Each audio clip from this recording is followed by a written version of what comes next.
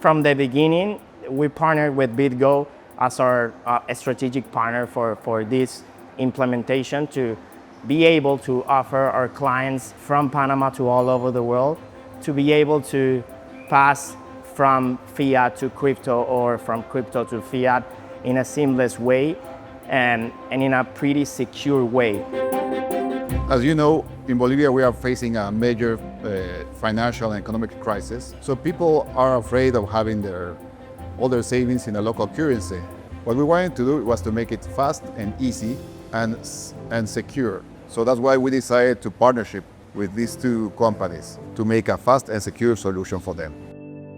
If we didn't have BitGo as the custody provider or as part of this ecosystem that Toyosa had built in order for users to buy cards using USDT, it would be really hard for them to trust the process. I think BitGo offers this trust because they've been in the ecosystem for a long time, and as far as I know, at least, they've never had issues. And I know they offer a lot of perks that make people feel safer using the service as to, comparing it to just using a P2P market. I think it's a great service. Especially young people are doing transactions with USDT, and BYD is a vehicle in electric vehicle.